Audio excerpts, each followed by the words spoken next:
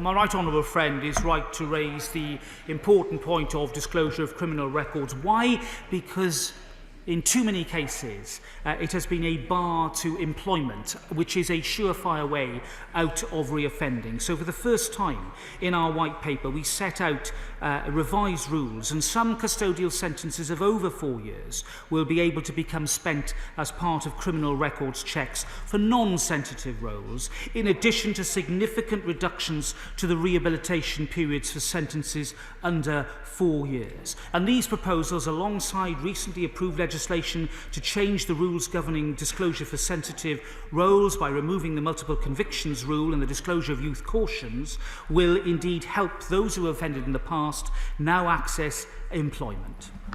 We now head to Pontypridd with Alex Davies-Jones. Alex Davies-Jones. Diolch, Mr Speaker. At a time where the public are confined more than usual to their homes, potential victims of domestic abuse are more vulnerable than ever. It is vital that the wheels of justice keep turning even in a pandemic. What steps are being taken to make sure that trials of people accused of domestic abuse are being prioritised? Well, I can reassure the Honourable Lady that domestic abuse trials have continued to be prioritised throughout the pandemic, with early listings in Wales in particular, where I visited recently. I'm very impressed by the work that's been done to list cases in the Magistrates' Court to remove the backlog, and indeed in the Crown Court as well. Trials are being listed at the earliest opportunity. She can be assured that priority is given to domestic abuse cases when these matters are listed. Thank you, Mr Speaker. Will my right honourable friend agree with me that delays in the court system can actually be very damaging, if not traumatic, to all parties attending court? Can he assure me and this House that capacity across the Ministry and courts across the land is being increased to make sure that we catch up with the delays incurred by the COVID pandemic? Well, I'm grateful to my honourable friend, and I'd like to thank all our staff in HMCTS who have carried on working throughout this pandemic. Currently, over 70% of staff work from a court or tribunal building, and the rest are working at home via the cloud video platform. We've invested £142 million in our court system, or we are at the moment, to speed up those technological and modernisation improvements, and we're investing an additional £80 million to support the recovery of our criminal courts, including the recruitment of 1,600 members of staff and further adaptations to our courtrooms to allow more and more of them to be used. Could the Secretary of State outline the legislation or case rulings which precludes Northern Ireland Bar registered barristers located on the mainland GP, such as Silk Hugh Mercer of Essex Chambers in London, from claiming expenses for travel and hotel accommodation for Northern Ireland court cases?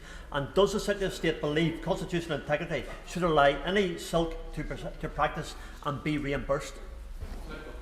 Well, I'm grateful to the Honourable Gentleman. I must declare an interest because I am a member of the Northern Ireland Bar. The particular issue he raises seems to me to be a matter for the Northern Ireland Justice Authorities. However, I will discuss the matter with him further so that we can obtain maximum clarity.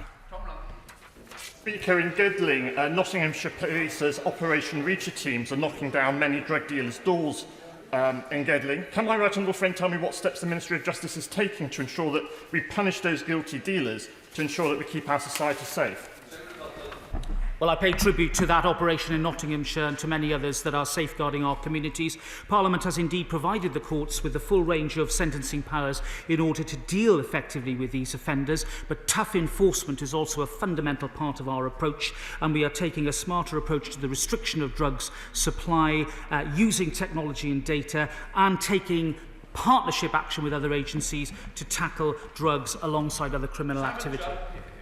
Thank you, Mr Speaker. Devon and Cornwall Police were an early adopter of the virtual court processes, but sustaining these new arrangements is taking up valuable police officer time. Could the Secretary of State confirm what steps the Department has taken to ensure these courts can continue to operate effectively during the outbreak so police forces can keep their officers on the streets?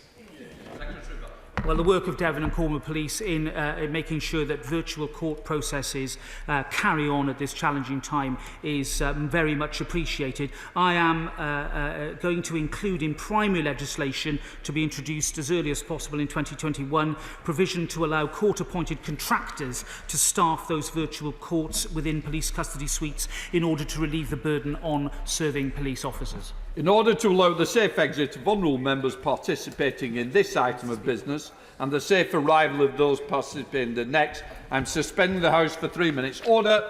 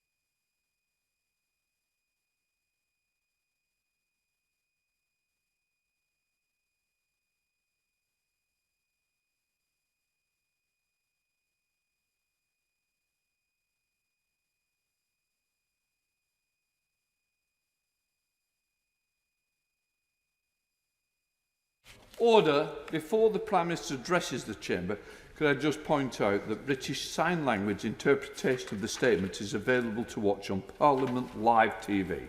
I now call the Prime Minister to make his statement. Prime Minister Boris. Mr. Speaker, with your permission, I will make a statement on our response to the rising number of coronavirus cases and how we must act now to avoid still graver consequences later on.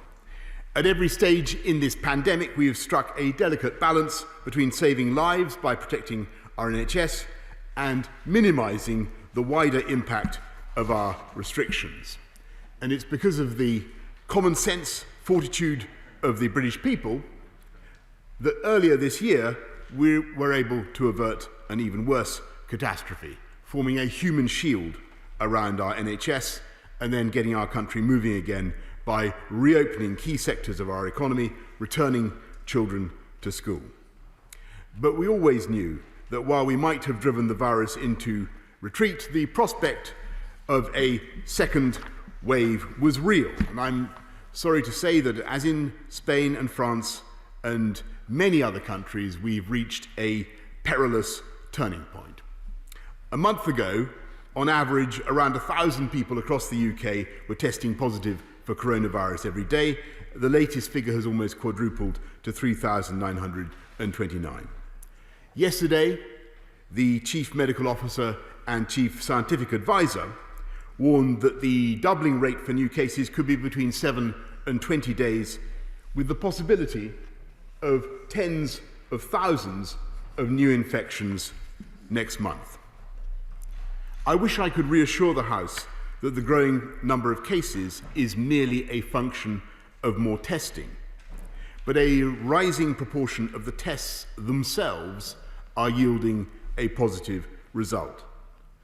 I also wish I could say that more of our people now have the antibodies to keep the virus off, but the latest data suggests that fewer than 8% of us are in this position.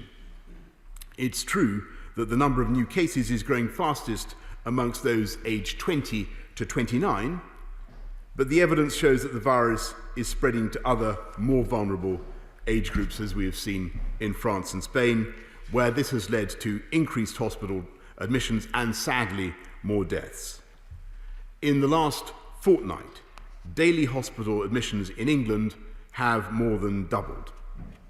Tens of thousands of daily infections in October would, as night follows day, lead to hundreds of daily deaths in November, and those numbers would continue to grow unless we act. And as with all respiratory viruses, COVID is likely to spread faster as autumn becomes winter. Yesterday, on the advice of the 4 chief medical officers, the UK's COVID alert level was raised from 3 to 4, the second most serious stage, meaning that transmission is high or rising exponentially. So this is the moment when we must act. If we can curb the number of daily infections and reduce the reproduction rate to 1, then we can save lives, protect the NHS and the most vulnerable, and shelter the economy from the far sterner and more costly measures that would inevitably become necessary later on. So we're acting on the principle that a stitch in time saves 9. The government will introduce new restrictions in England, carefully judged to achieve the maximum reduction in the R number with the minimum damage to lives and livelihoods. I want to stress that this is by no means a return to the full lockdown of March. We're not issuing a general instruction to stay at home. We will ensure that schools, colleges and universities stay open, because nothing is more important than the education, health and well-being of our young people. We will ensure that businesses can stay open in a COVID-compliant way. However, we must take action to suppress the disease. First, we are once again asking office workers who can work from home to do so. In key public services and in all professions where home working is not possible, such as construction or retail, people should continue to attend their workplaces. And like government, this House will be free to take forward its business in a COVID-secure way, which you, Mr. Speaker, have pioneered. Second, from Thursday, all pubs, bars and restaurants must operate a table service only, Mr. Speaker, except for takeaways. Together with all hospitality venues, they must close at 10 p.m. And to help the police enforce this rule, I'm afraid that means, alas, closing and not just calling for last orders, because simplicity is paramount. The same will apply to takeaways, though deliveries can continue thereafter. And I'm sorry that this will affect many businesses just getting back on their feet, but we must act to stop the virus from being transmitted in bars and restaurants. Third, we will extend the requirement to wear face coverings to include staff in retail, all users of taxis and private hire vehicles, and staff and customers in indoor hospitality, except when seated at a table to eat or drink. Fourth, in retail, leisure and tourism and other sectors, our COVID-secure guidelines will become legal obligations. Businesses will be fined and could be closed if they breach the rules. Fifth, now is the time to tighten up the rule of six.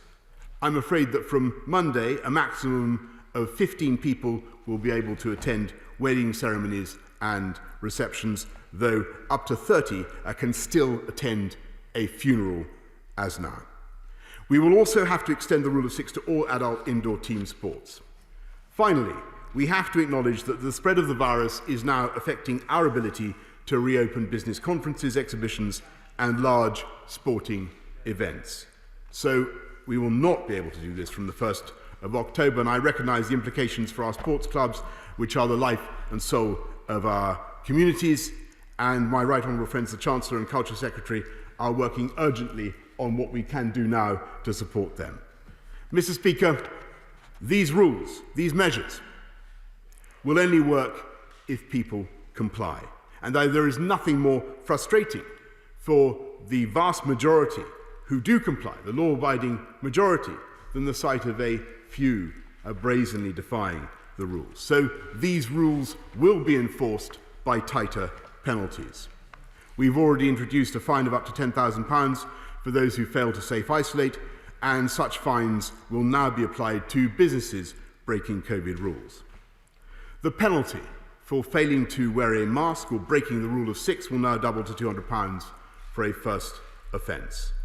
We will provide the police and local authorities with the extra funding they need, a greater police presence on our streets, and the option to draw on military support where required to free up the police. The measures I've announced all apply in England, and the devolved administrations are taking similar steps. I spoke yesterday with each of the First Ministers and again today, and I thank them for their collaboration. The health of everyone in these islands depends on our common success. Already, about 13 million people across England are living under various local restrictions over and above national measures.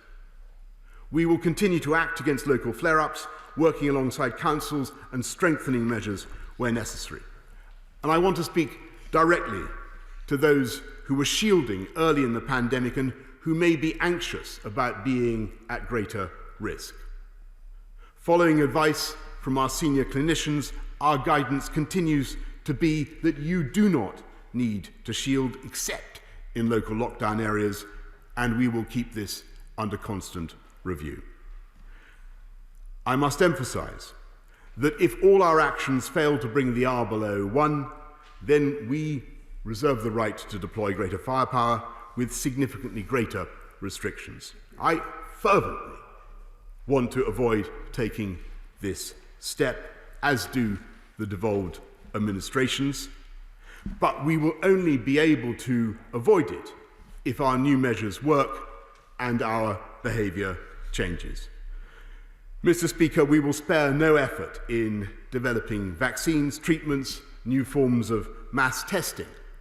But unless we palpably make progress, we should assume that the restrictions I have announced will remain in place for perhaps 6 months. For the time being, this virus is a fact of our lives, and I must tell the House and the country that our fight against it will continue. We will not listen to those who say let the virus rip, nor to those who urge a permanent lockdown. We are taking decisive and appropriate steps to balance saving lives with protecting jobs and livelihoods. I know all of this will have profound consequences for our constituents. So the government will give the House every opportunity to scrutinise our decisions. In addition to regular statements and debates, honourable members will be able to question the government's scientific advisers more regularly, gain access to data about their constituencies, your constituencies, and join daily calls with my right honourable friend, the Paymaster General. After 6 months of restrictions, it would be tempting to hope that the threat has faded and to seek comfort in the belief that if you have avoided the virus so far, then you are somehow immune. I have to say that it is that kind of complacency that could be our undoing. If we fail to act together now, we will not only place others at risk, but jeopardise our own futures with the more drastic action that we would inevitably be forced to take. Mr. Speaker, no British government would wish to stifle our freedoms in the ways that we have found necessary this year. Yet even now we can draw some comfort, from the fact that schools and universities and places of worship are staying open. Shops can serve their customers. Construction workers can go to building sites, and the vast majority of the UK economy can continue moving forwards. We are also, Mr. Speaker, better prepared for a second wave, with the ventilators, the PPE, the dexamethasone, the Nightingale hospitals, and 100 times as much testing as we began this epidemic with. So it now falls to each of us and every one of us to remember the basics. Wash our hands, cover our faces, observe social distancing, and follow the rules. Then we can fight back against this virus, shelter our economy from even greater damage, protect the most vulnerable in care homes and hospitals, safeguard our NHS, and save many more lives. And I commend this statement to the House. I now call the Leader of the Opposition, Keir Starmer. Thank you, Mr. Speaker. I want to thank the Prime Minister for advance sight of his statement and for his telephone call last night. Mr. Speaker, the picture presented yesterday by the government's advisers was stark and cannot be ignored. Infections are rising, hospitalisations are rising, the trajectory is clear, and we know from bitter experience what happens next. So it is right that the Prime Minister is announcing further measures today, and we support those measures.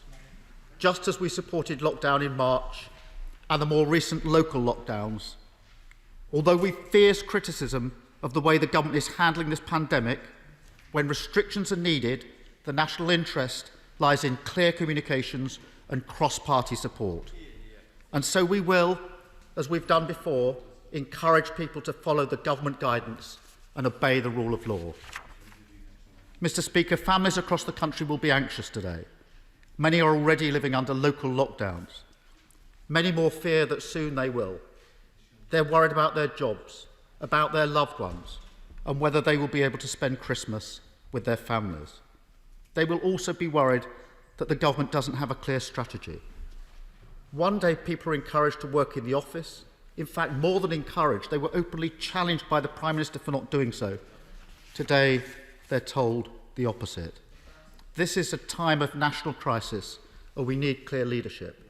So it's right the Prime Minister answer a number of serious questions about the next steps. First, a number of areas in England already have localised restrictions, including some that are very similar to those announced today. Pubs and restaurants in Bolton, for example, have been told to shut at 10 p.m. for about 2 weeks. Leicester's been in localised restrictions for about 3 months, and yet the infections in those areas remain high. So can the Prime Minister be sure that the restrictions he's introducing today will be effective at suppressing the virus? And if they don't work, when does he envisage further measures might be necessary? I also want to ask about the support for families and businesses. These restrictions will put further pressures on the hospitality sector, on high streets and town centres, on people's jobs and businesses. So what emergency financial support will be made available to those that need it? There was nothing in the Prime Minister's statement about that. There's a big gap here. And will he now accept that withdrawing the furlough scheme in one fell swoop would be a disaster, and actually at complete odds with the measures he's just announced for possibly up to 6 months? And will he take us up on our offer to work with him and trade unions and businesses on a replacement scheme that protects jobs and businesses? Mr. Speaker, given the rise in infections we're seeing, these restrictions are necessary, but they were not inevitable. We warned the Prime Minister months ago that testing needed to be fixed by the autumn. The Academy of Medical Sciences told him the same in July. They said testing and tracing capacity will need to be significantly expanded to cope with the increased demands over the winter. But the government didn't listen. They pretended there wasn't a problem. They didn't act quickly enough. Now the testing system isn't working just when we need it. We should also recognise that a second national lockdown is not inevitable. That would be a huge failure of government, not an act of God. There is still time to prevent it. That must be a national effort. Labour will do whatever is reasonable and necessary to support that, to save lives, to protect the NHS. But the government must lead, and they must do so fast. Prime Minister. Well, Mr. Speaker, I'm grateful to the right honourable gentleman for his support. There, I notice that it seems to come and go, but it seems to be here today. He criticises testing. He should know, Mr. Speaker, that as I've told the House many times, this country is now testing more than any other country in Europe. One test for every 5 people, and actually, in spite of the massive increase in the demand for testing, we have greatly increased the number of contacts that are being reached from the index cases, and I think he should pay tribute to those who are involved in the whole testing operation, in spite of all the difficulties that they face. He mentions the success of local lockdowns, and he's absolutely right to draw attention to what happened in Leicester, and that was a heroic effort of local people, and it's happened in other parts of the country, local people pulling together to drive the virus down. That is what we hope to encourage throughout the country, and that is certainly part of our strategy. He asked, Mr. Speaker, about what we're doing to support business, to support families and to support communities across the country, as though we hadn't already, quite rightly, spent £160 billion, Mr. Speaker, to support business and jobs across the country, jobs and livelihoods, and we will continue to put our arms around the people of this country. Mr. Speaker, I'm grateful, as I say, for what he has said, for the support such as it is that he has offered. But what I can tell him is that in putting forward the message of support, I hope he will also say to everybody in his constituency and elsewhere that this is a balanced and a proportionate response to the crisis that we face. We are driving the virus down. That is our objective by these measures, but we are also, as I said, Mr. Speaker, keeping the vast majority of the UK economy going. That is our programme. That is what we intend to do. This is a package. This is a package to drive down the R, but also to allow education and jobs and the growth to continue. And that is absolutely vital for the right honourable gentleman to understand. And I hope in his support, which I welcome, he will communicate that to the country as well. Let's head to Amersham with Dame Cheryl Gillen. Dame Cheryl Gillen. One of the most difficult decisions a Prime Minister has to take in a democracy is to restrict our freedoms for the greater good. And in the measures he's announced today and the cross-party consensus, I think my right honourable friend has sought balance and proportionality, as he says, protecting the economy whilst reducing the risk of the virus spreading like a wildfire. But with this 6-month time frame he's announced, what does he say to grandparents who want to live their lives before it's too late and cannot see their families, to worried parents and families who cannot access a test at the moment, to workers and business owners facing financial ruin, and to MPs that want to debate these matters in Parliament before they are decided, not after, so they can help him shoulder this onerous responsibility?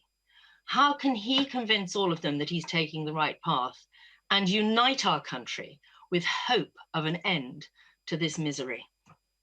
I thank my right honourable friend, and she's entirely right that Parliament should and will debate these issues, and Mr. Speaker, we will make time early next week in government time for a full debate on these measures.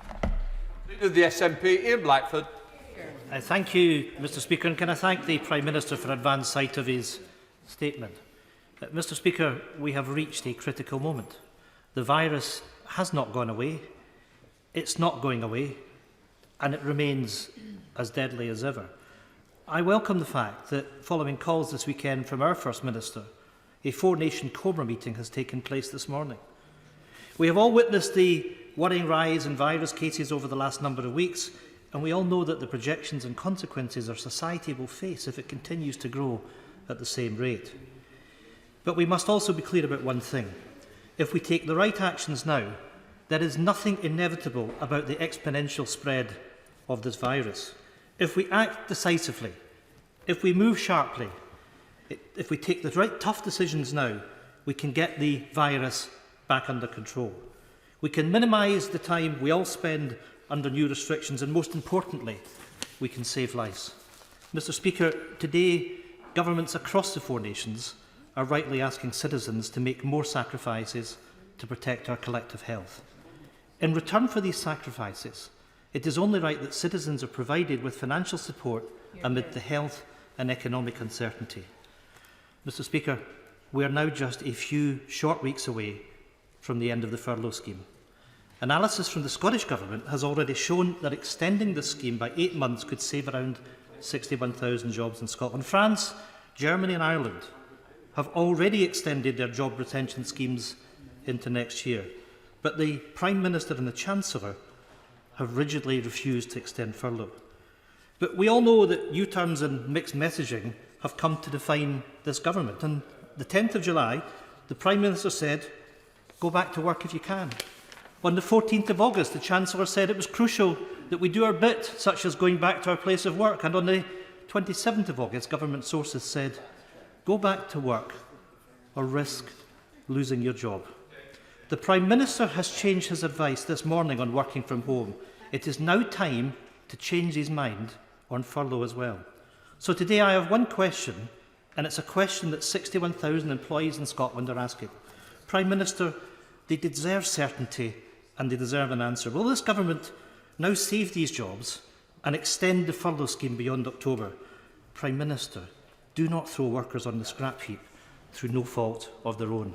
Prime Minister. Well, Mr. Speaker, there was a great deal in the right honourable gentleman's question that I agreed with, and I think he's right that we need to take decisive action now, and I'm very grateful for the collaboration that we've all been engaging across the UK. Our objective, Mr. Speaker, is to keep businesses going and to keep the economy moving as much as we can. And indeed to allow people to go back to work where they must, but of course to work from home if they can. It's very, very clear what the choices are and what the guidance is. And of course, we will continue to support businesses, we will continue to support people who face challenges because of coronavirus throughout our United Kingdom. And I would remind him that in Scotland alone, the Barnett consequentials of the support, I think, are now well over £5 billion, and across the whole of the UK, in the devolved administrations, about £12.6 billion. And we will continue to send that support throughout the whole of the UK, to put our arms around the whole of the workforce of the UK and to protect jobs and livelihoods. But what we also want to see is those businesses continuing and jobs being created. Jeremy Hunt. Thank you, Mr. Speaker. I support the measures announced today. The Prime Minister will have decided them with a heavy heart, but all the evidence from South Korea, Singapore and other countries is that early, decisive action now is the best way to avoid a second full lockdown later. I want to ask him about testing. We have tripled capacity since May and will double it again by the end of October. So there has been a transformation, but we're not there yet. How can he reassure a school in my constituency which has a child who is tested positive, but they only get a quota of 10 tests every 3 weeks, and they are worried that they may have people who are passing on the virus asymptomatically that they're not able to identify? What would he say to them and to schools up and down the country that are trying so hard to do the right thing? Minister. Mr. Speaker, my right honourable friend is absolutely right that we are and have massively increased testing across the country. We're now prioritising teachers, as he knows. He raises a very important point about school pupils, and there is a very interesting fact, which is that actually the rates of infection and transmission amongst school pupils are much lower than in the rest of the population. But I'm not going to hide it from him that the future I see for our country, and the way to defeat this virus is massively to expand testing, and not just for teachers, and not just for in schools, but throughout the country. And that is why I'm proud that NHS Test and Trace, in spite of all the difficulties which the Right Honourable Gentleman and others have legitimately pointed out, NHS Test and Trace is now conducting more tests than any other country in Europe. And I think we should be proud of that, Mr. Speaker. Sir Edward Davey. Mr. Speaker, there was one major omission from the Prime Minister's statement, an apology. So will the government now apologise for his government's gross incompetence over testing, over tracing, over clear communications that have led to these latest restrictions on people's daily lives? And, Mr. Speaker, as families and businesses look forward, especially to Christmas, how will the government support the millions of people who are on the brink of losing their jobs, losing their businesses, losing their livelihoods? What is the new plan for them? Prime Minister. Well, Mr. Speaker, the plan is that we should continue to keep the economy moving in the way that I have described and the way that the government has set out, and which I believe is supported by the opposition quite rightly, whilst suppressing the R, whilst getting the virus down. That is our policy. Does he support it? Yeah. Red Clark. Thank you very much, Mr. Speaker. One of the lessons of the lockdown measures in the spring was that they worked, but almost everyone ended up wishing that they'd been introduced a week or two earlier.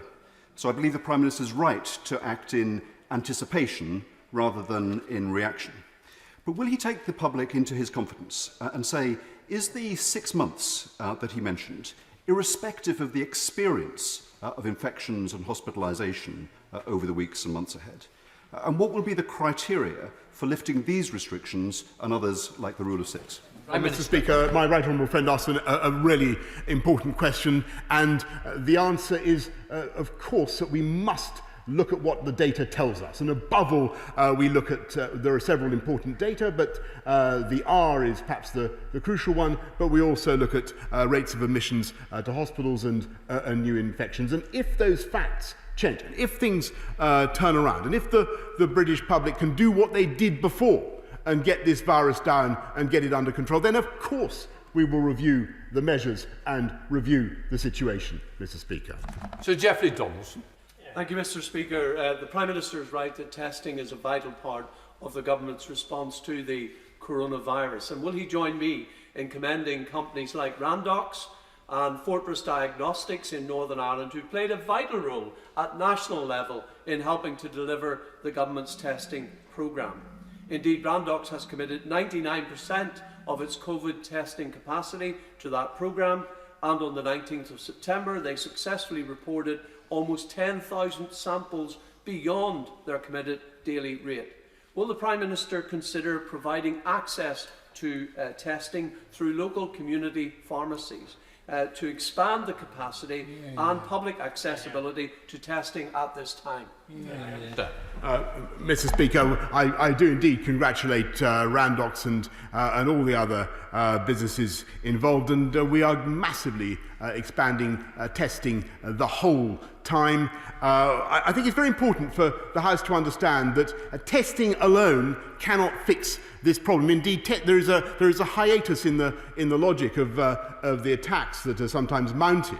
The problem that we have in the spread of this virus is that, alas, a minority of people have not been following the guidance in the way that they might have done, and what we're trying to do now is to get everybody to focus on those rules, on that guidance, to enforce it strictly and to get the R down. Manchester.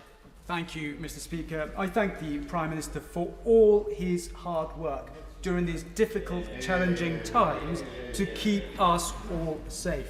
The Prime Minister will be aware that I've previously put forward 2 private members' bills to improve mental health care provision for all, which were supported by the Royal College of Psychiatrists.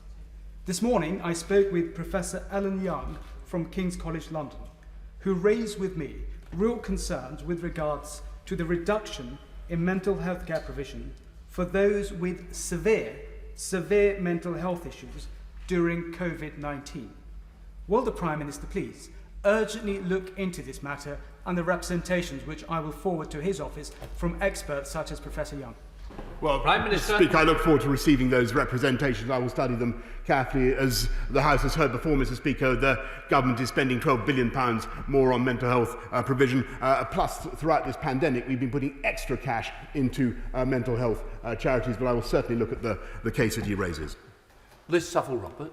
Diolch Llefarydd. At the start of the pandemic, there were concerns that visitors were gathering in crowds at beauty spots like Hyrwyddfa, Snowdon. This happened again last weekend. Local lockdowns in Wales now require people to remain within their local authority area except for essential reasons.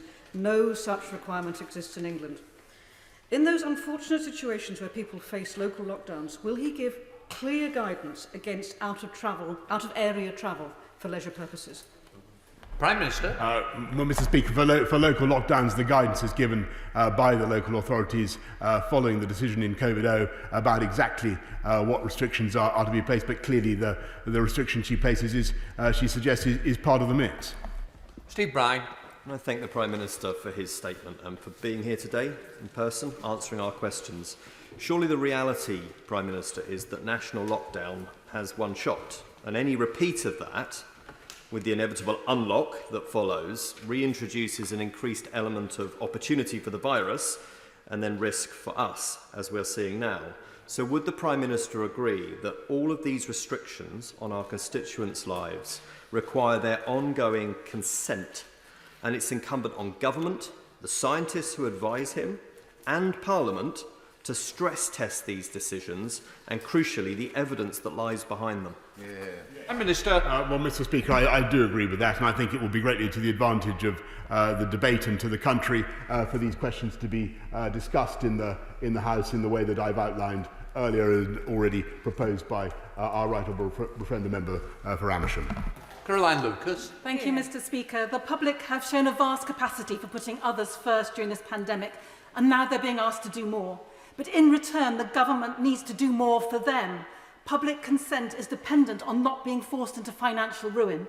So will he ensure that the sectors most affected, like hospitality and the arts, continue to get the financial support that they need? And in particular, will he meet with me and other honourable members to find solutions for over 3 million self-employed people who have not been covered by existing financial schemes? He says he's going to put his arms around the whole workforce. Many millions of the self-employed have not felt the benefit of that embrace. Prime Minister. Well, Mr. Speaker, she raises an important point, and we have extended loans, grants to every conceivable sector of the economy, and we will do more, 1.57 billion to the arts sector alone that she mentions, and we will of course do more. But the most important thing we can do, Mrs. Speaker, and I return to the central message I'm trying to get over today, is that we've got to push down on the R while simultaneously allowing as much of the economy to flourish as we possibly can. And that is our collective objective today. Andrew Passy. Speaker, the country is now full of amateur infection control experts, amateur epidemiologists, the old Captain Hindsight, and I don't intend to be one of those, but I must express to him the concern of constituents in my area where our 7-day rolling average is now well below 20 and falling, where people have followed the rules, have seen people at protests, at street parties, not having action taken against them, and we will now suffer as a result of these further measures. To support them, though, I do, and in particular hospitality will suffer. So can I urge him to look again at the government's plans to halve the small brewers rate relief, which will damage small brewers, particularly craft brewers, and can we look again at that? This is not the time to be introducing such changes. Minister. Well, Mr. Speaker, he speaks eloquently, my honourable friend speaks eloquently for his constituents and those who feel let down by the minority who are not enforcing, not obeying the rules. That's why we're outlining this programme of tough enforcement today, and I will certainly look at I will certainly ask my right honourable friend the Chancellor to look at the fiscal measures that he proposes in respect of small brewers. Stephen Farr. Thank you, Mr. Speaker. The Prime Minister will have support for taking the necessary measures to contain and suppress the virus.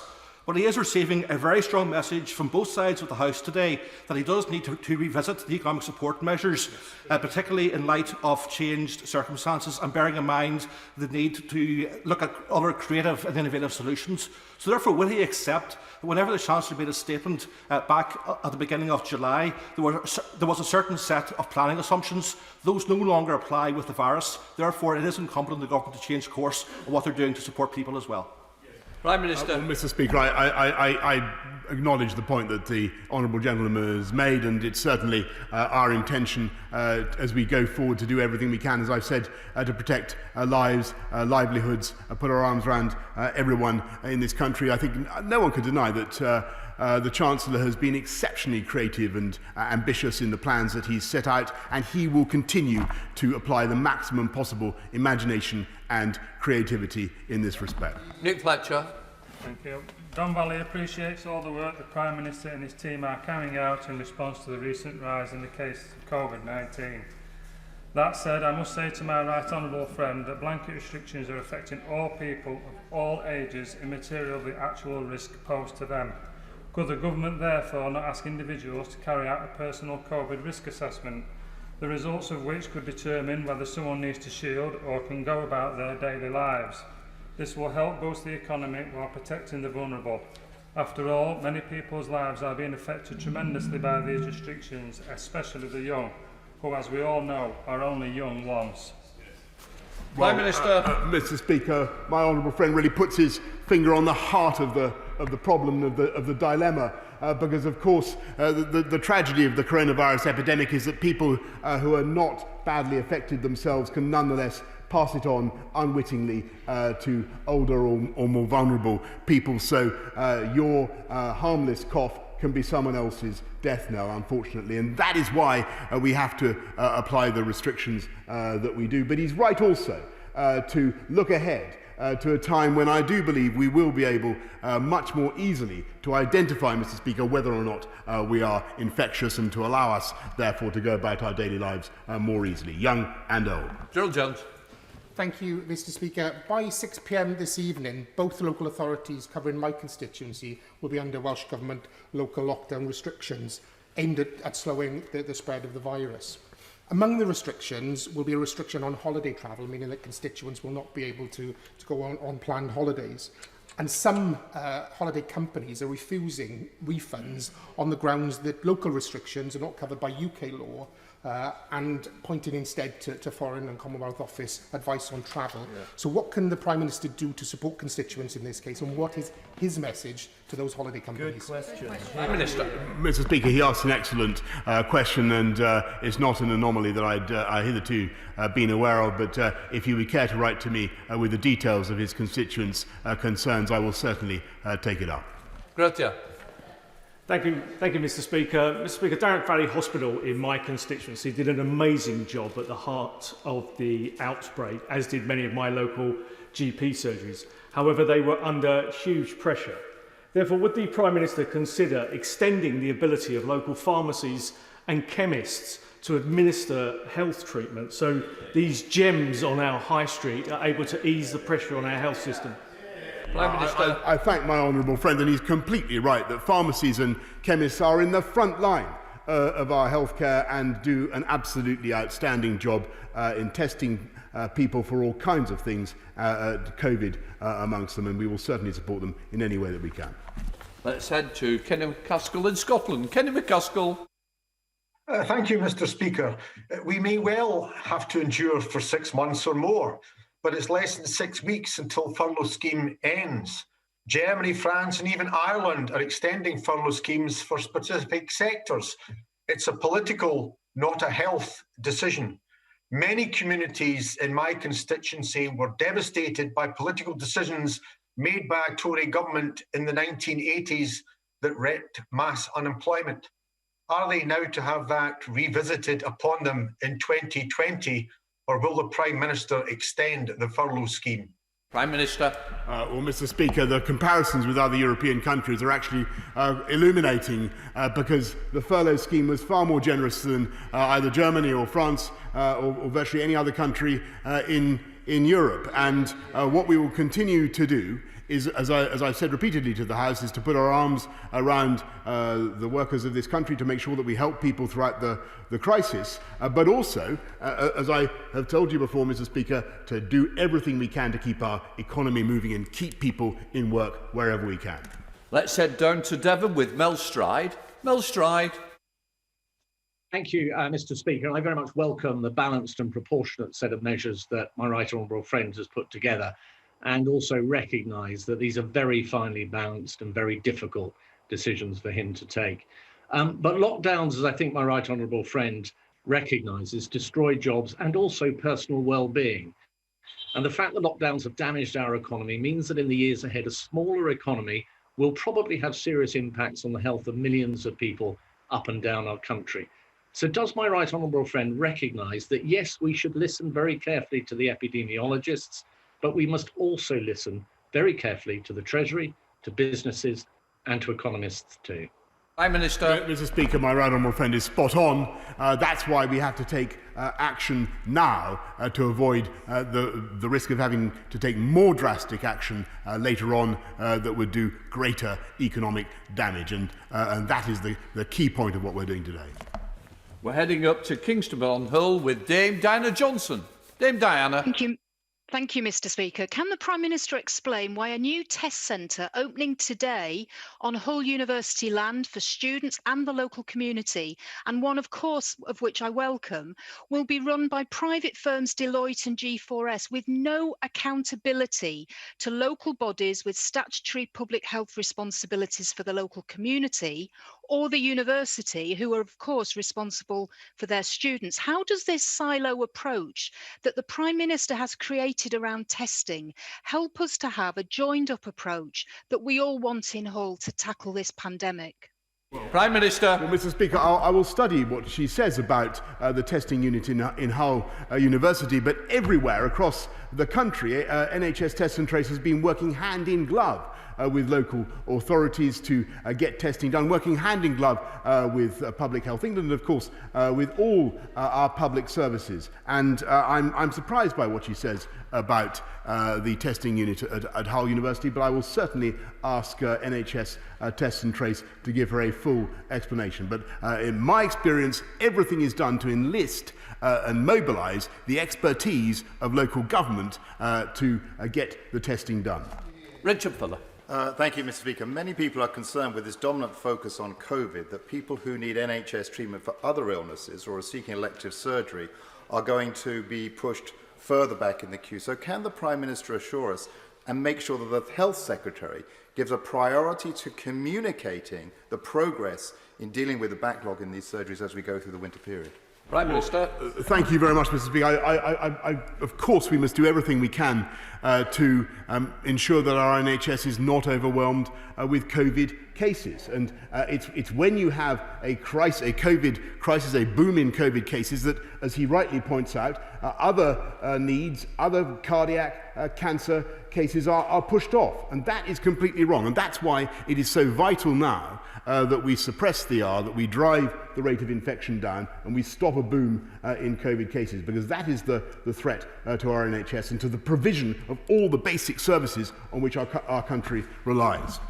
Karen Smith. Thank you, Mr. Speaker. The Prime Minister's objective does rely on the local public health effort, and I want to thank the local NHS in Bristol, Bristol City Council and Public Health England in the South West for the remarkable work they are doing. But reorganising health services always distracts from their job, it destroys morale and it wastes money. So, can the Prime Minister explain to us the benefits of abolishing Public Health England in the middle of this crisis? And if he can't, will he commit now to reversing that decision, at least until we have an inquiry? Prime Minister. I think it's absolutely essential that we have the most powerful possible public health organisation in this country, and the National Biosecurity Centre now needs to come together with Public Health England to deliver what I believe will be a better service for this country. In fact, the change to which she refers doesn't happen until next year, but we're getting it underway now. Secretary Batty. Thank you, Mr. Speaker. I know the Prime Minister is a true libertarian and he must have agonised over the decision of today and over recent months. But my constituents in Meriden are, however, concerned about a second national lockdown, about schools closing, about businesses shutting down. So does my right honourable friend agree that individual responsibility is more important today than it's ever been? And will he confirm that he will do everything he can to avoid a second full national lockdown? Mr. Speaker, I thank my honourable friend. The whole objective today is to avoid that second national lockdown. Nobody wants to see that, and he's indeed right to point the finger at us all. We can do this together if we take responsibility for the way we behave, the way we enforce the rules, the way we act in public places. That is how we will get the R down collectively and defeat the virus. Kelly. Thank you, Mr. Speaker. Mr. Speaker, back in July, the government introduced the planning bill, which allowed the sale of alcohol off the premises and the consumption off the premises for as long as the licence of those licensed premises. Today, just weeks later, the Prime Minister has come to the House saying that there will be no sales, no service in hospitality after 10 o'clock at night. Can he explain the rationale behind that 10 o'clock curfew and the very fast turn of change of plan by the government? Minister, she's raising a very important point, and I'm grateful. As members have said across the House, these are not easy decisions. Nobody wants to be curtailing the right of restaurants and other businesses to go about their lawful business. What we've seen from the evidence is that, alas, the spread of the disease does tend to happen later at night after more alcohol has been consumed. This is one way that we see of driving down the R without doing excessive economic damage, and that's the balance we have to strike. Heading up to Fylde in Lancashire with Mark Menzies. Mark Menzies. Thank you, Mr. Speaker. Can I welcome the measures that the Right Honourable Friend, the Prime Minister, has laid before the House today? Can also say to him that people who are vulnerable to COVID are also extremely vulnerable to seasonal flu, a disease that's killed over 11,000 people last year in the UK alone, but is also one of the biggest sources of winter pressures upon the NHS. In the summer, the government promised one of the largest flu vaccination programmes in history. Can my Right Honourable Friend update the House on what's being done to deliver this? Minister. Yes, indeed, I can, Mr. Speaker. I can tell my honourable friend that the biggest flu vaccine programme is going ahead as we speak, and 30 million people will be able to have a flu jab this autumn, and I thoroughly advise members to get one. Heading up to Livingston to Hannah Bardell. Hannah Bardell. Thank you very much, Mr. Speaker. There is a wee whiff of hypocrisy, because as the Prime Minister and his Cabinet bring in new measures to combat COVID-19, the Prime Minister needs to tell us how he expects citizens across the UK to follow his rules and laws when he and his government are openly admitting that they're willing to break international law and treaties themselves. Prime Minister. Mr. Speaker, I think everybody in this House wants to see the people of this country and to help the people of this country to obey the law of the land and to get the virus down, and that is the objective of this government. Dr. Caroline Johnson. Thank you, Mr. Speaker. Mr. Speaker, children are very unlikely to be harmed by this virus, and they're also less likely to spread it. But in my roles as a children's doctor, as a member of the Education Select Committee, and as a constituency MP, I've seen examples of where children have been harmed by not being in school.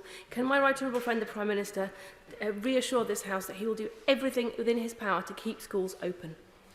Prime Minister. Yes, Mr. Speaker, and I want to thank her for what she does, but also the tens of millions of parents, teachers, pupils up and down the country who rose to the occasion at the beginning of this month and did go back to school, and in overwhelming numbers they are still at school in spite of the difficulties that they are currently facing. And she is so right. It is vital for children, young people, to be in school, and we will do everything in our power to ensure that that remains the case. Thank you, Mr. Speaker. The Prime Minister will no doubt be aware of the alarming rate at which coronavirus cases are rising among BAME groups, and in particular among the Asian population, with some 34% of coronavirus patients in intensive care right now being from ethnic minorities. So could he tell the House how he thinks shutting pubs an hour earlier will address this worrying trend, and what action has his government taken to tackle the disproportionate impact on ethnic minorities since PHE published its report in June? Prime Minister. Well, I thank her very much for the question. What we've done, as she knows possibly already, is that we have targeted testing and protection for those, enhanced protection for those in frontline groups, many of whom come from black and minority ethnic groups. And what we're also doing in order to stop the spread of infection in some communities is working much harder with local government and local communities to get the messaging into those communities about the risks of transmission and the basic rules about hands, face, space. That's among some of the things that we're doing. Heading down to Chatham to Tracy Crouch. Tracy. Thank you, Mr. Speaker. Sport and physical activity contributes over £16 billion to the UK economy. It directly employs over 600,000 people and indirectly many more. It has an ecosystem that reaches beyond the pitch, field, court or pool, and its social value, which includes physical and mental wellbeing, is estimated at more than £72 billion. And yet right now, both codes of rugby, football, cricket, netball, hockey, tennis, swimming, to name but a few, are in a perilous situation due to spectators not being able to return and venues unable to host income-raising events such as conferences. Sport and all it directly and indirectly involves cannot continue to face these kind of losses. So given today's announcement, which pauses the return of spectators, will the Prime Minister elaborate on his comments regarding a financial support package to ensure that it isn't left decimated after the pandemic? Prime Minister. My right honourable friend is absolutely right to draw attention to the huge importance of sport to our national economy and to our well-being. And that's why my right honourable friend, Secretary of State for Culture, Media and Sport, is now working flat out with the Premier League and others to identify ways in which we can keep these clubs going. We can support sport at all levels throughout the pandemic. And one of the things that we're not doing, as she will appreciate today, is we're not stopping outdoor physical exercise. We're not stopping team sports outside. We want that to continue. But that's why it's vital that we enforce the package of measures that we have outlined today. Graham Boris. Thank you, Mr. Speaker. And you'll be aware of the recent imposition of further restrictions in the northeast of England. So first of all, can I thank the Prime Minister for listening and acting upon concerns, both individually and collectively, from the Northern Group of Labour MPs about informal childcare arrangements in my constituency and others. However, before he feels my warm embrace, can I ask him in relation to the latest announcement on restrictions on businesses? Can I ask him to provide assurances to businesses in my constituency by outlining what sector-specific support his government will offer to those worst affected by COVID, such as the coach sector, which is on the brink of collapse due to government inaction in the main and the failure to listen to the Honk for Hope campaign? Well, Prime Minister. We will do whatever we can to support the coach sector and indeed all other sectors across the country. We've as he knows, put into place a massive programme of loans, of grants and support of all kind. But it is clear that the best thing for businesses in his constituency and across the country is not to paralyse the economy now, not to go back into lockdown, but to defeat the virus insofar as we possibly can and allow the economy to move forward. But we will continue to give whatever help we can. Steve Baker. Mr. Speaker, I'm thankful for my right honourable friend's commitments on parliamentary scrutiny. He'll know many members of the House and of the public are concerned about the use of delegated powers, and I'm sure he'll remember the sifting committee from the EU Withdrawal Act. Could I invite him to please consider whether some innovative thinking can be applied to make sure that the authority of this House is brought to bear in advance on these measures so that the public can have confidence that their representatives are authorising the use of law to constrain their freedom? Prime Minister. Yes, Mr. Speaker. Under the current procedures, it is up to the House to confirm that the Executive does have the power to continue with measures under the Coronavirus Act, and that will continue to be the case. And we are additionally offering and insisting, Mr. Speaker, that there should be a proper debate of these issues in Parliament, because there are many different opinions in Parliament, and I think people need to air them together. Stephen Timms. Thank you, Mr. Speaker. Children were delighted to return to their primary schools earlier this month, but not surprisingly, after 6 months of isolation, coughs and colds have spread rapidly amongst them since, and we've been reminded that each primary school has just 10 COVID tests. So when will primary schools have the wherewithal to test children and staff with symptoms to avoid spreading the virus at school and also avoid unnecessary school closures? Hear, hear. Prime Minister. Well, Mr. Speaker, he's spot on about what's been happening with in schools, and sadly, I think in many cases we've seen a rise in the demand for tests because people are reasonably unable to distinguish between the symptoms of COVID or a seasonal cough or cold. We're trying to address it as fast as we possibly can, but the one consolation we have in this is two things. Children are much less likely to suffer seriously from the disease, if at all, and they're much less capable, it seems, of spreading it. Thank you, Mr. Speaker. I thank the Prime Minister for his statement and for his steadfast service to our country during this very difficult time. The Prime Minister understands the long-term harm a second lockdown would cause to people across the country, to their health, their lives, their livelihoods, as they try their very best to get back on their feet. Will the Prime Minister consider targeting protective measures for those most at risk, rather than deploying the blunt instrument which is lockdown, which we know causes so much suffering and which offers no hope of a cure? Prime Minister. Well, Mr. Speaker, she's right about both things, and we are doing everything we can to protect particularly those in care homes who are so vulnerable, as we saw in the early stages of this pandemic, and we've massively increased the winter plan, action plan for care homes. Another 546 million gone in, stopping movement between care homes and taking the very tough decision to stop visits to care homes in lockdown areas, which is very, very difficult for elderly people who are in a care home. And the reason that we're taking those measures, and now those difficult measures now, Mr. Speaker, is because we want to avoid another national lockdown of exactly the type that she rightly wants to avoid. Thank you, Mr. Speaker. Some of my constituents have been waiting 4 days, 5 days or even longer to get their test results back. The government rightly promised in July that 80% of in-person tests would get their results in 24 hours from booking. That is now down to below 20%. That is dangerous. It means people are not in the tracing system. It means their contacts aren't being traced. It makes it easier for the virus to spread, and it makes it more likely that we will face even tougher restrictions that the Prime Minister has described across the whole country. So given that the government made so many mistakes on testing in the first wave, we cannot afford for him to get this wrong again now. When will that 80% target now be met? Prime Minister.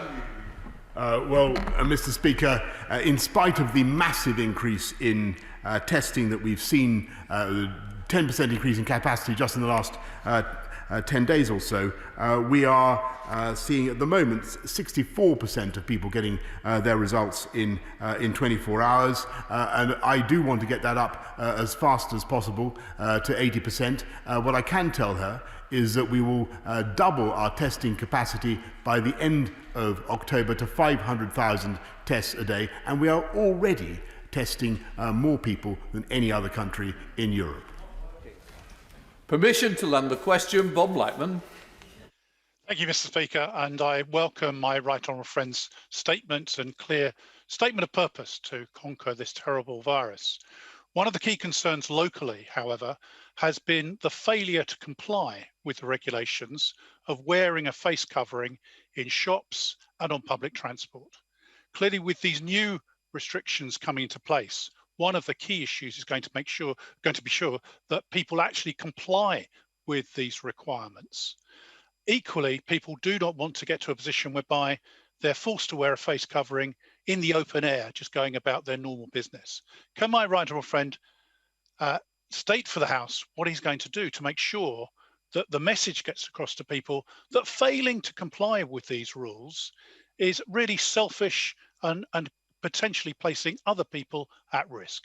Minister. Well, my honourable friend is spot on, and that's why we're increasing the fines from £100 to £200. You're protecting yourself, you're protecting other people, you wear a face covering where you should. Heading to Leeds with Richard Bergen. Richard Bergen. Thank you, Mr. Speaker. Shamefully, the UK's had one of the highest coronavirus death rates in the world.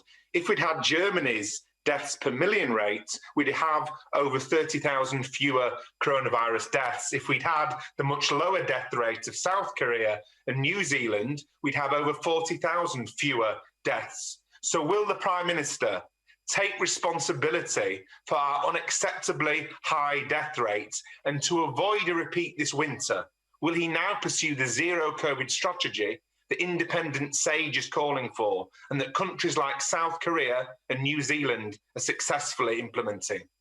Prime Minister. Mr. Speaker, what we're pursuing with the support of the opposition is a policy of driving this virus down whilst allowing our education and our economy to continue, and I hope that he will lend his support to that effort as well. Paul Bristow. Thank you, Mr. Speaker. And I thank the Prime Minister for his statement and for his leadership during this crisis. But will he also commit to a vote in this House prior to any further steps towards a full second national lockdown? Prime Minister. Mr. Speaker, I thank my honourable friend for his question. We are continuing to expand testing and tracing, and it is by driving down this virus that we will, I believe, be able to take the country forward to a much, much brighter future. And if people focus on the measures that we've outlined today, particularly on obeying the guidance for social distancing, that together we will defeat COVID. Heading to Scotland with Peter Grant. Peter Grant.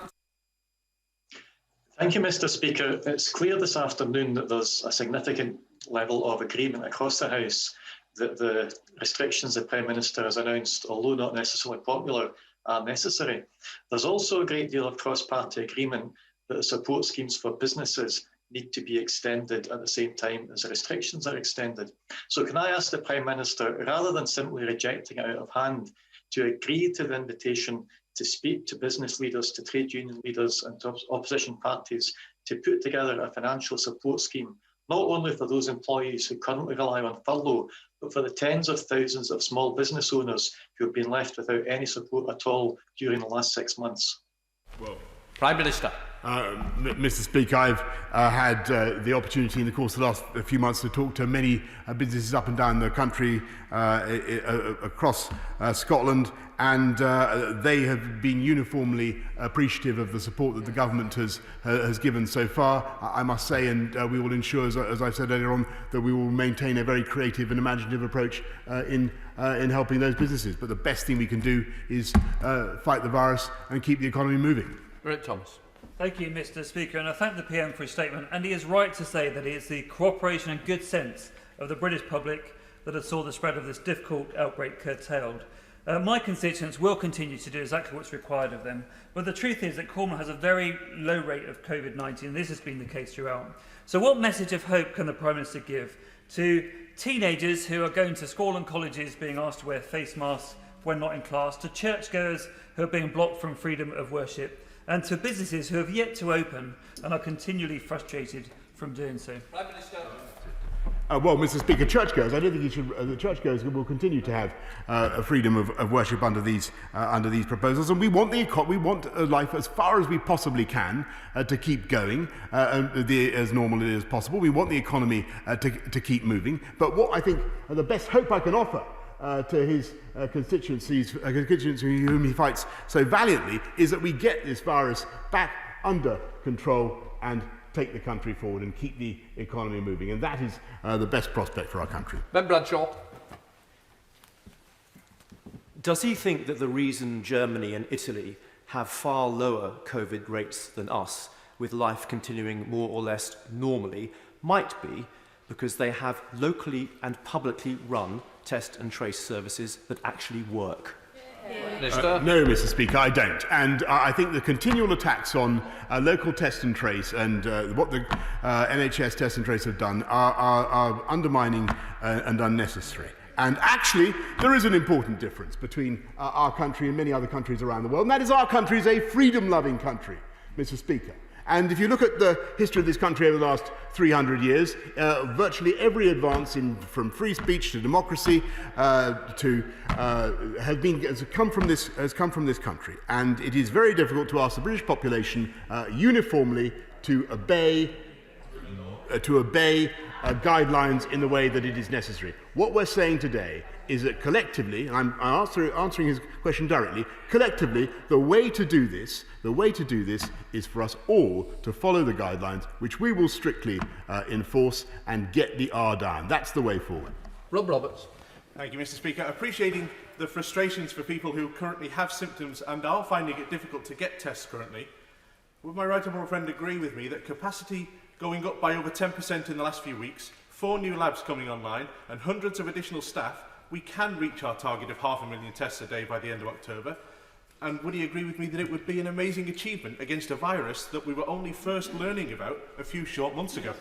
Mr. Speaker, I do, you will not surprise my honourable friend to know that I fervently agree with the way he characterises the achievements of NHS test and trace, and I think that his optimism and his encouragement of NHS test and trace could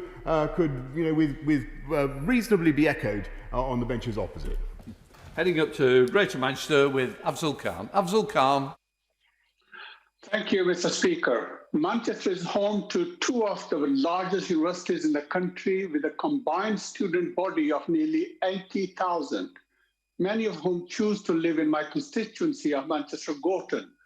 With so many students returning to the area, this is an incredibly difficult time for the community, the students, and their families who are concerned for their safety. With the surge in infections and the second wave now evident, what advice does the government intend on giving to universities on keeping their students, staff, and the wider community safe? Prime Minister. I thank you, honourable gentleman. The most important thing is that the students who are now back at university in large numbers should, like everybody else, follow the guidelines. And it's also important, Mr. Speaker, but where there are outbreaks in universities, that students should not be going home to infect their older relatives. Hugh Merriman. Thank you, Mr. Speaker. The districts of Wealden and Rother that comprise my constituency have recorded in the last week just 4 COVID conditions per 100,000 population each. Can I ask the Prime Minister, he said that palpable progress will need to be made if this is not to last for 6 months in terms of his new measures. Can I ask him to consider whether those areas that have lower rates will be freed from these restrictions perhaps earlier if progress is indeed made across the nation? Well, of course, Mr. Speaker, and that's why, and I thank my honourable friend, that's why we're confiding our hopes and our confidence in a local, regional approach rather than a blanket one-size-fits-all national approach. And we hope to be, when we hope that those areas that are complying with the rules and those people, there's many, the vast majority that are complying with the rules, will be able to see the opportunity that he describes. Thank you, Mr. Speaker. The Prime Minister calls it NHS test and trace, but wouldn't it be more accurate to call it Serco test and trace? Yeah. It has been outsourced, like other health contracts, often to friends and family members of Tory MPs, lining their pockets while taking the public for a ride. In spite of its record of failure, last week Serco was handed another test and trace contract worth £45 million. Mr. Speaker, these giant corporations put private profit before public health. Isn't it time to end the scandal of outsourcing and bring these contracts into public hands for a genuine NHS test and trace? I have to say, I think she's grossly undermining the huge effort of local authorities that are an integral part of NHS Test and Trace. They're doing a magnificent job. I thank each and every one of those individuals for what they are doing. And we're putting another £300 million into supporting local authorities deliver Test and Trace. And of course, it's right that we should reach out across the entire UK economy to help, and indeed the armed services, to help us deliver on this enormous project, and we'll continue to do so. Douglas Ross. Thank you very much, Mr. Speaker. I welcome the work that's been done across the four nations in recent days, as people expect our governments to work together and unite as we tackle this virus. But given these restrictive measures could be with us across the UK for the next 6 months or longer, what guarantee can the Prime Minister give that this UK government will continue to support Scottish employers and workers in areas affected by these measures when the furlough scheme ends? Yes. Prime Minister. Well, I thank my honourable friend, and as I've said to Scottish colleagues across the House, we will continue to put our arms around workers and firms, businesses, around jobs across the country. And that's why the furlough scheme was rolled out, the most imaginative and most generous of any such scheme in Europe. And as I said, we're providing for every person in Scotland an extra £1,200 to help fight coronavirus, and 5.3 billion more announced just this summer alone. So, Mr. Speaker, the people of Scotland and the people of the whole UK can count on this government to stand by them throughout the crisis. Jim Shannon. I thank the Prime Minister for his statement today, but can the Prime Minister confirm that scheduled surgeries such as hip replacement, removal of tonsils, cancer surgeries, diabetic screening and treatment will continue with high standards of protection in place, and that we will not see people falling through the gaps and those in the long waiting list will be reduced? Mr. Speaker, the whole objective of trying to prevent another boom in coronavirus suffering, a boom in coronavirus patients, is to protect the NHS and to allow scheduled surgery of the kind he describes to continue. Jonathan Gunness. Thank you, Mr. Speaker. Unfortunately, in Stoke-on-Trent, North Kidsgrove and Talk, schools such as the Excel Academy and Ormiston Horizon Academy have staff and students testing positive for coronavirus. Would my right honourable friend share my concerns about staff and students being away from the classroom as they await testing? And would he agree with me that schools should be prioritised for testing to ensure both staff and students are back in the classroom as soon as possible? Yes, indeed, Mr. Speaker, and I want to thank staff and students in his constituency and across the country for the 99.9% of schools that are now back open again. The vast majority of pupils back in their schools. They should have confidence to be there, and they're in the right place. It's by far the best place for them to be, and we are sending out new test kits the whole time, and there is an online portal through which every school can now access the tests that they need. Kim Johnson. Thank you, Mr. Speaker. Liverpool begins local lockdown measures today. When restrictions were first imposed 6 months ago, the Prime Minister outlined a package of financial support for local government. We did all that was asked of us, but we have now been left with a £23 million funding gap. What support is the Prime Minister able to announce today for hard-hit councils? Prime Minister. Well, Mr. Speaker, as I've told the Honourable Lady before, I believe we've put about £3.7 billion into supporting local government. We'll continue to support local government, and I'll look at the £23 million funding gap that she raises with me today. Stephen Crabb. Thank you, Mr. Speaker. While working from home has been great for many, for senior managers living in larger properties with nice gardens, that hasn't been the experience for a great many others living in cramped, overcrowded accommodation. So does my right honourable friend recognise that there will be dismay today amongst those people for whom a return to COVID-secure workplaces have been so important for mental, physical, social well-being, and it feels like it will be a long 6 months for them having to work back in their own homes? Well, Mr. Speaker, I thank my right honourable friend, but it's very important that he should not misunderstand what we're saying today. Where people must go into work for their job, for their mental health, for their well-being, or whatever it happens to be, then of course they should do so. What we're saying is that you should work from home if you can. I hope that he appreciates the distinction and give his constituents that reassurance. Heading up to Scotland with Miriam Fellows. Miriam Fellows. Thank you, Mr. Speaker. The Chancellor pledged at the start of this crisis that the UK government would do whatever it takes to help people. The Prime Minister has said today that he will put his arms around the workers of this country. So if these statements are to be believed, will the Prime Minister commit to extending the furlough to save jobs in Motherwell and Wishaw and across the UK? And for those not in work, will he make permanent the £20 uplift to universal credit and extend this uplift to all legacy benefits?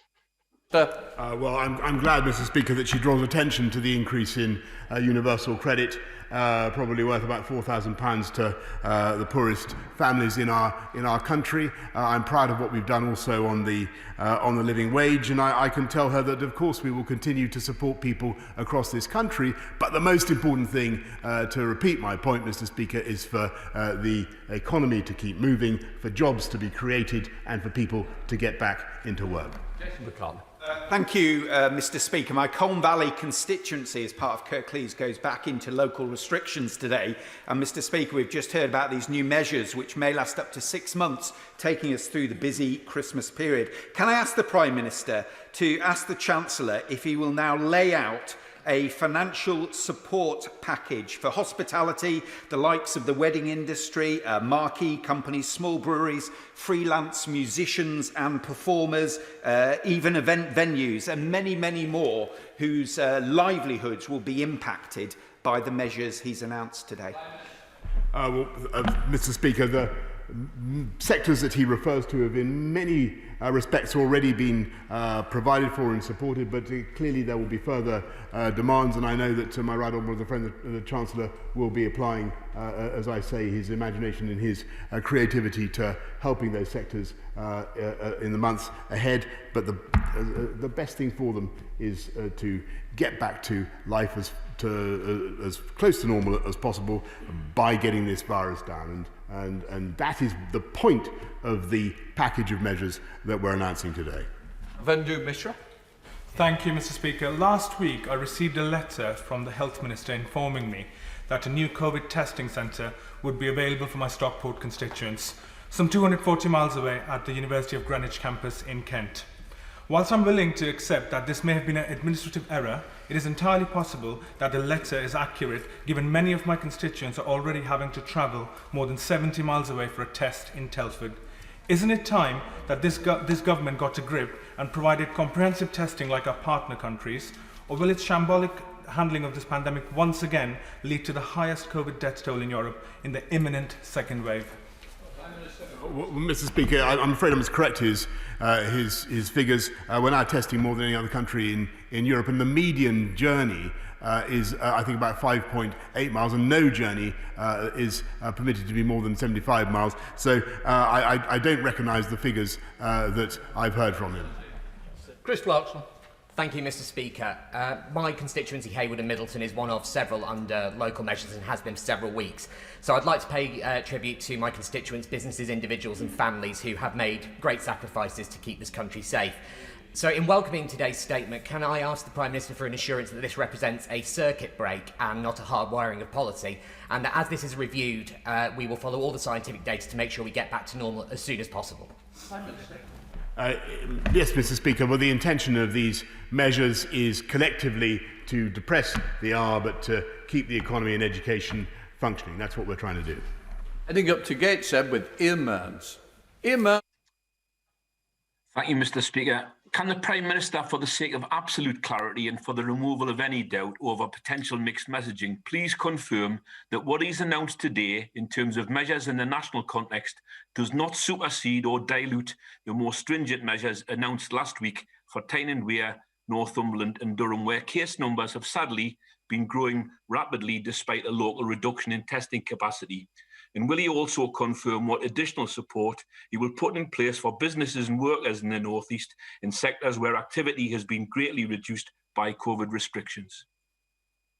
He's completely right in what he says about the areas currently in local lockdown measures, and we are, of course, doing giving them extra support to get them through lockdown as he would expect. Susan. Thank you, Mr. Speaker. Will my right honourable friend join me in thanking all those who are on the front line at the Covid-19 test centres and in the labs, working so incredibly hard to keep up with the unprecedented demand as we grow our testing capacity to 500,000 a day by the end of October? Yes, indeed, Mr. Speaker, and I thank each and every one of the people involved in NHS Test and Trace. I think that they're doing an outstanding job in spite of the massive increase in demand, and I'm delighted that she's paid tribute to them just now. Sarah Owen. Thank you, Mr. Speaker. How does the Prime Minister justify recent reports that every child at Eton gets a COVID test, while currently 10% of children and staff at Jill Blower's nursery in Luton are having to stay at home and isolate while they wait for tests that show no sign of coming? Can he tell us how many school children are currently self-isolating because they cannot afford to buy their own tests? And if there's so much spare capacity, why is it that not every child can get a test when they need it?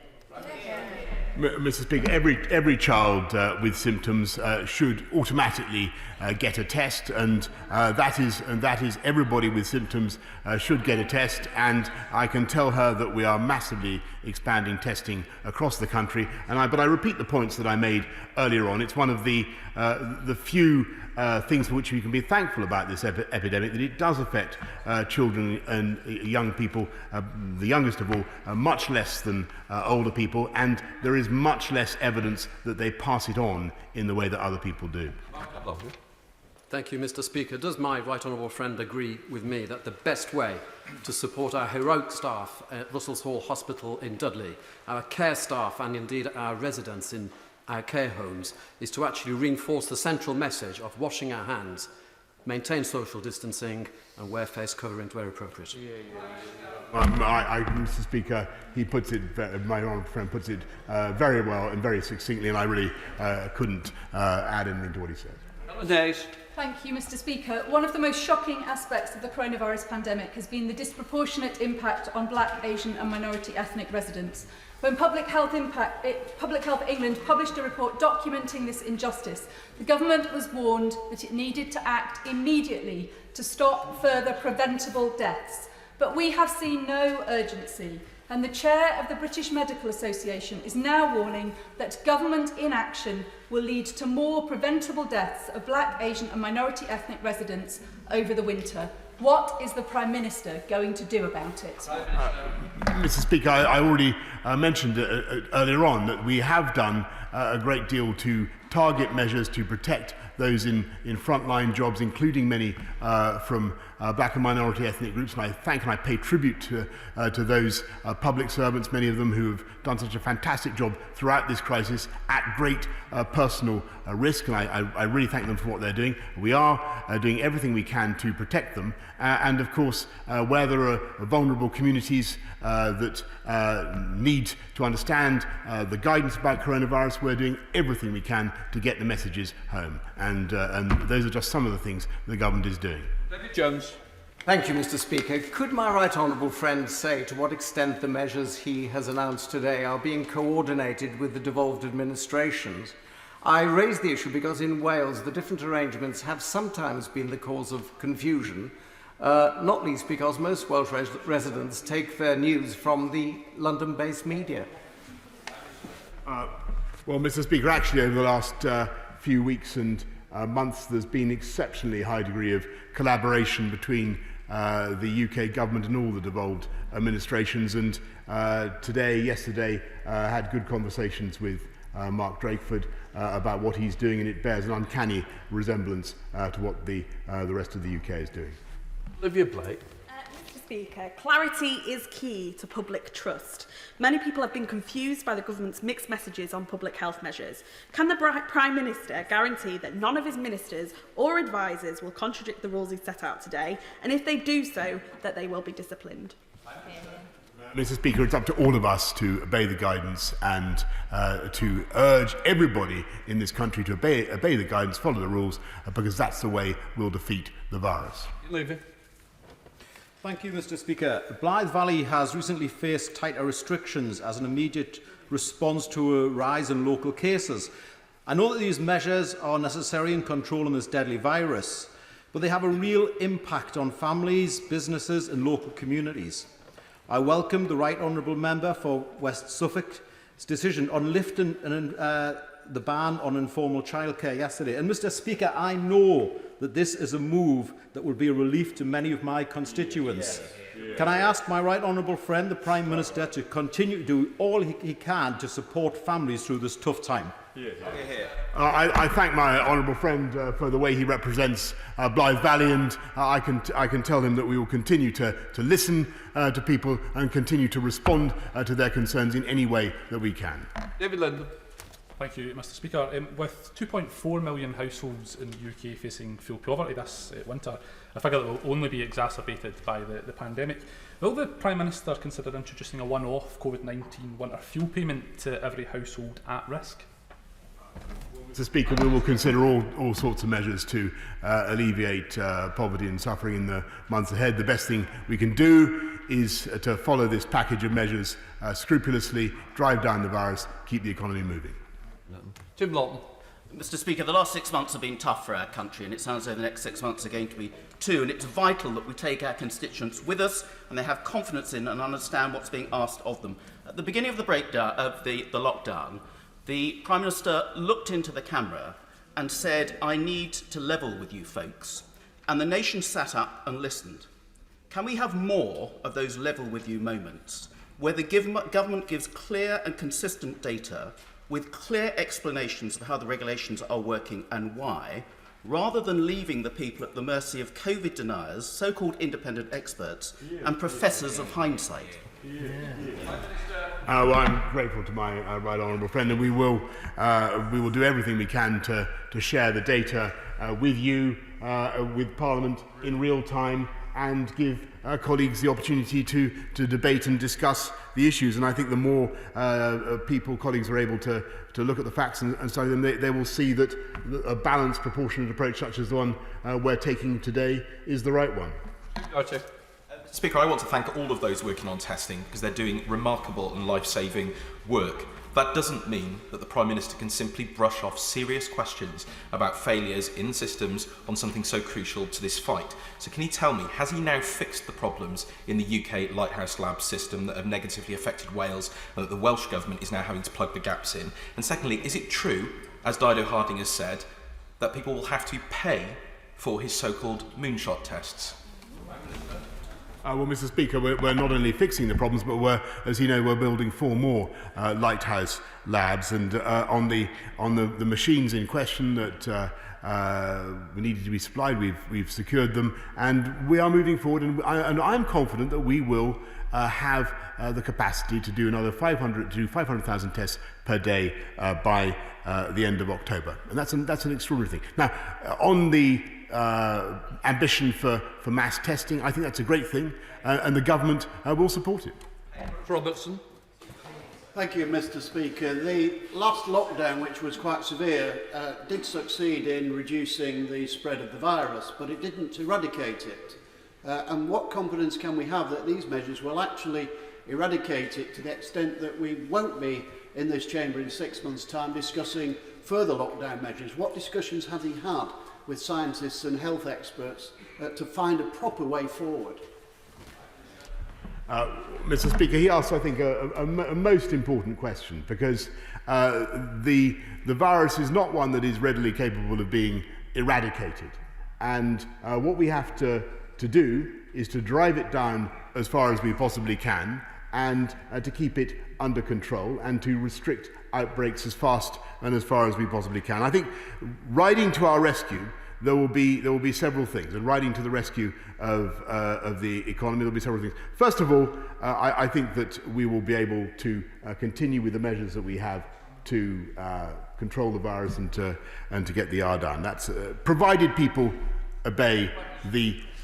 Provided people obey, forgive me, Mr. Speaker. Provided people obey the guidelines we set out.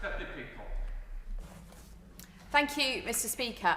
Sadly, the reason we are facing greater restrictions is because the government have failed to establish an effective testing system.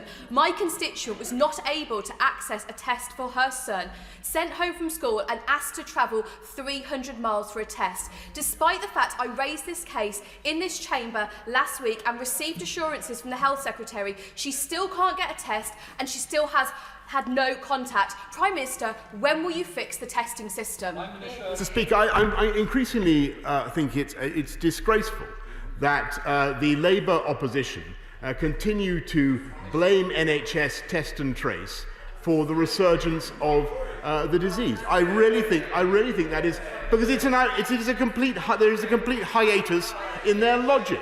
There is a complete hiatus in their logic. They're talking absolute nonsense. It is not testing and tracing has very little or nothing to do with the spread or the transmission of the disease. The spread of the transmission of the disease is caused by contact between human beings and all the things that we're trying to minimise. And that is why, of course, NHS test and trace is vital.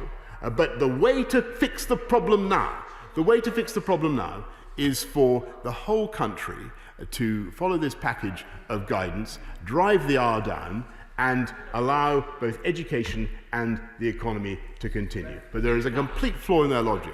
Stephen Hammond. Thank you, Mr. Speaker. I thank my right honourable friend for his statement today. It's clear that we as a country now are living with COVID, probably for 6 months, maybe longer. As life keeps going, we know that life changes, so will my right honourable friend commit to regular reviews of these measures to ensure their necessity? And as life keeps going, we need families. So will he have a look at an early review of the rule of 6 for primary school children so they can meet grandparents, cousins, aunts? Mr. Speaker, we will of course keep all these measures under review continually, and none of them are measures that we want to bring in. They're measures that we believe are necessary, and I'm delighted that they're supported by the party opposite.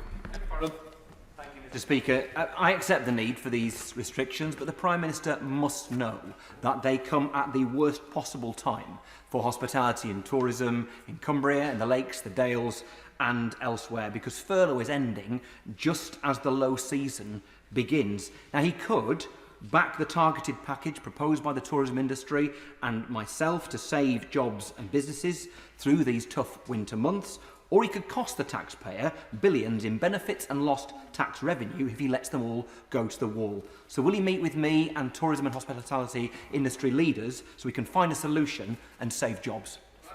Well, I thank him for what he says on behalf of the tourism and hospitality industry in his area, which is a fantastic place to visit, and I certainly undertake to ensure that he's able to, or his delegation is able to meet the relevant minister to find a way forward. We will continue to support tourism and hospitality as we have throughout this crisis.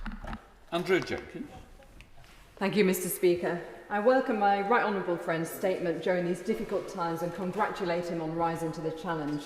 It's just such a shame that the Leader of the Opposition and the opposition benches have not always had a positive and constructive approach given the severity of our times. Now, in my constituency of Morley and outward, I've been campaigning hard for our high streets, which are facing challenge after challenge. What support can my right honourable friend give retailers during these difficult circumstances? Well, I thank my honourable friend for what she says, and what we will do. The best thing we can do for retail, which we opened up again in June, as she will recall. The best thing we can do is ensure that we keep retail open, ensure that people can keep going to the shops in a COVID-secure way, Mr. Speaker, on the high streets in Morley now, and that is the way to take our country forward. But the way to do it is to follow this package of measures to the letter, which has, and I'm delighted that it has opposition support, Mr. Speaker. I gather, not, as she rightly says, not uniform or every day, but we've got it today. Let's work with it and get that message across to the country. Thank you, Mr. Speaker. Prime Minister, through the testing scheme, we've seen that the BAME population have suffered the most from the COVID-19 virus. What assurances can you give that ethnic minority communities can be prioritised for testing I want to just give an example from my constituency, which has a very high Bangladeshi population. Among ethnic groups, the Bangladeshi population have suffered the highest number of excess deaths than any other ethnic group. That community is devastated. They really need assurances that they can be prioritised, along with other ethnic groups, for testing. Thank you. I thank the honourable lady, and we grieve for what's happened in black and minority ethnic communities, and I know that she's right in what she says about the Bangladeshi community. We will do everything we can to get all the groups in our country that need testing, the testing that they deserve as fast as we possibly can. All I can tell her is that we have hugely expanded our testing capacity. There is a hierarchy of need, of priority groups that she'll have seen. We will do everything that we can to ensure that black and minority ethnic groups get the support, get the protections that we need, that they need, in addition to the measures that we've already taken, which I outlined earlier, Mr. Speaker. Final question from Andrew Slough. Constituents who spent a lifetime in public service wrote to me over the weekend saying we're on the point of giving up. Churchill said he had nothing to offer but blood, toil, tears and sweat, but Jeremiah 29 talks about giving us a hope and a future. So what can the Prime Minister say to people to give them a hope as we go forward over the next 6 months as we deal with this dismal pandemic? Mr. Speaker, I think we have every hope. I think you cut me off, Mr. Speaker, when I was going to answer an earlier question, quite properly, Mr. Speaker. But the answer, Mr. Speaker, is that we have not only, I think we have every chance if we follow this package of measures of driving the R down, of keeping our economy moving, keeping education going, but science is helping us every day. Dexamethasone, trialled in this country, is now reducing the number of deaths. We have the prospect of a vaccine, and all the medical guidance I have, Mr. Speaker, is that by next spring things will be vastly improved. I'm not going to deny that for a minute that things are going to be tough for our country and for our people for months to come. But we will get through it, and we will get through it well. And we will get through it well, particularly if we follow the package that we've announced today.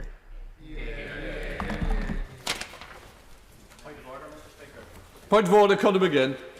Mr. Speaker, on a point of order, last Monday, after speculation about Merseyside being placed into a local lockdown, I contacted ministers at the Department of Health to ask for a briefing from me and other MPs in the region. I contacted their offices directly by telephone and email every day last week and had no reply or even acknowledgement.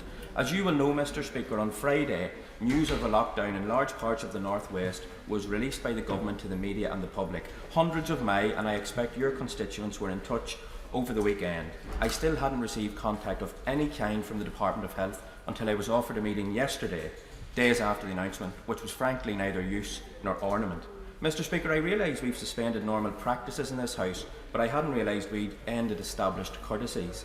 Could you advise how I and many other honourable and right honourable members might get the government to understand that MPs want to assist in communicating the importance of these vital messages to our constituents, but if we don't know what they are, we can't? Can I thank the honourable member for giving me notice that he wanted to raise a point of order? I think it's absolutely correct that we have to engage earlier. We shouldn't be waiting to remind ministers and their departments of responsibility of contacting members who are going to be affected. It doesn't help the department, it doesn't help the MP to actually represent their constituents.